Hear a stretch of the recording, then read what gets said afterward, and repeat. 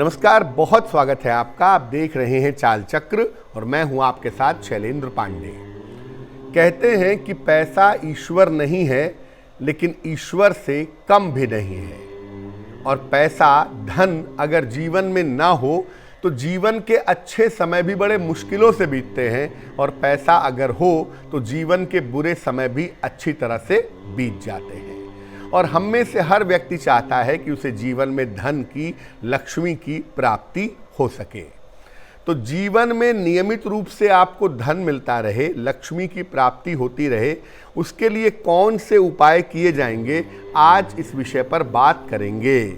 चाल चक्र में आज क्या खास है, चलिए बताते हैं आप। चाल चक्र में आज बात करेंगे लक्ष्मी प्राप्ति की 5 वस्तुओं के बारे में।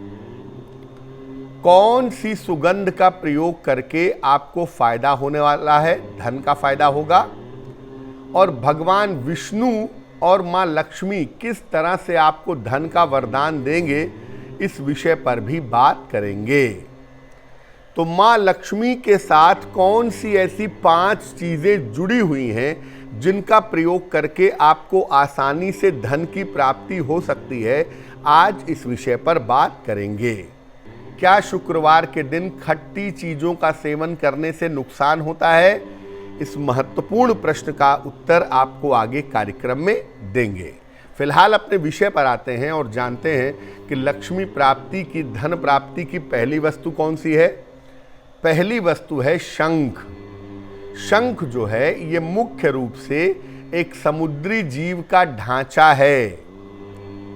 पौराणिक रूप से हमारे पुराण ऐसा कहते हैं कि शंख की जो पहली बार उत्पत्ति हुई थी, शंख जो पहली बार प्रकट हुआ था, वो समुद्र से प्रकट हुआ था, ऐसा मानते हैं, ऐसा माना जाता है। अब चूंकि लक्ष्मी भी समुद्र से प्रकट हुई थी और शंख भी समुद्र से निकला था, इसीलिए कहीं कहीं पर इसको लक्ष्मी जी का भाई भी मानते हैं। ऐसा माना जाता है कि जहां पर शंख होता है, जिन घरों में शंख होता है, शंख नियमित रूप से बजता है, वहां पर लक्ष्मी जरूर होती हैं, यानी वहां पर धन जरूर होता है। मंगल कार्य के अवसर पर कोई शुभ कार्य हो या कोई धार्मिक उत्सव हो, उस समय में शंख का बजाना बड़ा शुभ होता है, शंख का बजाना बड़ा मंगलकारी होता है। शंख कई प्रकार के होते हैं। ऐसा नहीं है कि शंख एक ही होता है और आप एक ही शंख ले आएंगे और आपका काम चल जाएगा, ऐसा नहीं है। समझिए इस बात को कि शंख जो हैं वो कई प्रकार के होते हैं, लेकिन जो बाईं तरफ खुलते हैं, जो वामावर्ती शंख होते हैं, ये ज़्यादा प्रचलन में हैं। ज़्यादा लोगों के पास आपको वामावर्ती शंख ही दिखाई देंगे। जो मध्यावर्ती शंख हैं, जो बीच में खुलते हैं, या जो दक्षिणावर्ती शंख हैं, जो दाहिनी तरफ खुलते हैं, ऐसे शंख दुर्लभ होते हैं और इनका प्रयोग विशेष लाभदायक माना जाता है। पूजा के स्थान पर सफेद रंग का शंख अगर आप रखते हैं, रोज इसका प्रयोग करते हैं, सुबह शाम बजाते हैं, फिर धो करके पूजा के स्थान पर रखते हैं, अगर ऐसा नियमित रूप से आप करते हैं तो आपके घर में धन का अभाव नहीं होगा। यानी केवल शंख रखने से काम नहीं चलेगा। आप जब शंख रखें तो उसे नियमित रूप से बजाएं और बजाने के बाद साफ करके उसे दोबारा से पूजा स्थान पर रख दें। अगर घर में शंखनाद होता रहे, घर में शंख बजता रहे, तो घर में सौभाग्य आता है, घर में समृद्धि आती है और आपके जीवन में जो धन की स्थिति है वो बेहतर होती चली जाती है। धन प्राप्त करने की, धन आगमन की दूसरी जो चीज है वो है गुलाब का फूल या गुलाब। क्या खास बात है इसकी, और गुलाब का धन से क्या संबंध है? देखिए, गुलाब की जो सुगंध है और गुलाब का जो फूल है, ये दोनों ही माता लक्ष्मी को अत्यंत प्रिय हैं, अत्यंत महत्वपूर्ण हैं। नियमित रूप से माँ लक्ष्मी को इत्र अर्पित किया जाए, रुई में लगा करके गुलाब का इत्र अर्पित किया जाए, या गुलाब का फूल अगर आप नियमित रूप से अर्पित करें तो इससे आपका कारोबार अच्छा होगा, आपका व्यवसाय उत्तम होगा। गुलाब के फूल की पंखुड़ी अगर माता लक्ष्मी के मस्तक से आप चढ़ाएं, रेगुलरली गुलाब के फूल की पंखुड़ी से माता लक्ष्मी का अभिषेक करें नियमित रूप से, रोज न भी कर पाएं, शुक्रवार के शुक्रवार गुलाब के फूल की ढेर सारी पंखुड़ियां लें और माता लक्ष्मी के ऊपर उसको गिराएं माँ लक्ष्मी से प्रार्थना करते हुए, तो ऐसा करने से कर्ज दूर होते हैं। हर शुक्रवार को माँ लक्ष्मी को गुलाब की माला अर्पित करने से दरिद्रता का नाश होता है। अगर आपकी धन की स्थिति बहुत खराब है तो हर शुक्रवार को गुलाब के फूल की माला चढ़ाइए, और अगर माला नहीं चढ़ा सकते तो गुलाब के फूल की पंखुड़ियाँ, जितने भी पेटल्स होते हैं रोज़ फ्लावर के और जितनी भी पंखुड़ियाँ होती हैं गुलाब के फूल की, वो आप माँ लक्ष्मी को हर शुक्रवार के शुक्रवार अर्पित करें तो आपके कर्जे भी कम होंगे और आपकी गरीबी जो है, आपकी दरिद्रता जो है, उसका नाश होगा। इस स्फटिक की माला के बारे में बात करते हैं। देखिए, इस स्फटिक की जो माला है ये शुक्र ग्रह से संबंध रखती है। इस स्फटिक जो एक रत्न है वो बेसिकली शुक्र का रत्न है और वैभव का प्रतीक है। अब तो खैर इस स्फटिक बहुत सारे रंगों के आने लगे हैं, लेकिन मुख्यतः जो स्फटिक है वो सफ़ेद रंग का होता है और ये वैभव का, लग्जरी का प्रतीक माना जाता है। माँ लक्ष्मी के मंत्रों का जप अगर इस स्फटिक की माला से किया जाए तो इसके परिणाम बड़े शुभ होते हैं। इसलिए सामान्यतः कहा जाता है कि धन प्राप्ति के जो मंत्र हैं या माँ लक्ष्मी के जो मंत्र हैं उनका जप इस स्फटिक की माला से करना चाहिए।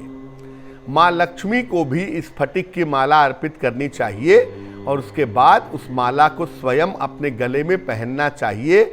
ऐसा करने से दैनिक जीवन में, रेगुलर लाइफ में आपके पास धन आता रहेगा, दैनिक जीवन में आपके धन का अभाव नहीं होगा। लेकिन जो लोग भी स्फटिक की माला पहनते हैं उन्हें मैं बता दूं कि रात को सोते समय इस माला को गले से निकाल दें और सुबह स्नान करने के बाद दोबारा से इस माला को गले में पहने, निश्चित रूप से लाभ होगा। अब एक और चीज है जिससे धन की प्राप्ति आसानी से हो सकती है, माँ लक्ष्मी की कृपा मिल सकती है, वो है घी का दीपक। क्या खास बात है? माता लक्ष्मी की पूजा के समय में घी का दीपक जलाना चाहिए।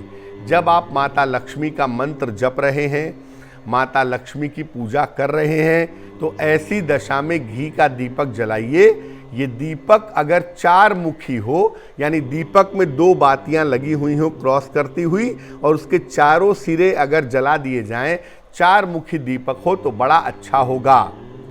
इसे सफ़ेद धातु में या मिट्टी के दीपक में प्रज्वलित करें, यानी सफ़ेद रंग का मेटल का दीपक हो तो उसमें जलाएं, नहीं तो मिट्टी का दीपक हो तो उसमें घी भर करके ये दीप जलाना चाहिए। शाम के समय अगर रोज आप अपने पूजा स्थान पर घी का दीपक जलाते हैं तो इससे धन की बर्बादी नहीं होती, धन की बचत होती है, धन व्यर्थ में खर्च नहीं होता। यानी अगर आपके घर में धन की बचत नहीं हो पा रही है, धन की बेवजह बर्बादी होती है, धन का सही प्रयोग नहीं हो पाता है, तो आप माता लक्ष्मी के सामने नियमित रूप से घी का दीपक रोज शाम को जलाएं, नहीं तो शुक्रवार के दिन जरूर जलाएं। आपके धन की बचत होगी, धन की बर्बादी नहीं होगी। अब जानते हैं 5वीं चीज के बारे में जिसका संबंध माता लक्ष्मी से भी है और धन के आगमन से भी है। 5वीं जो चीज है वो कोई चीज नहीं है, वो ईश्वर का एक स्वरूप है और उसे कहते हैं नारायण, भगवान विष्णु।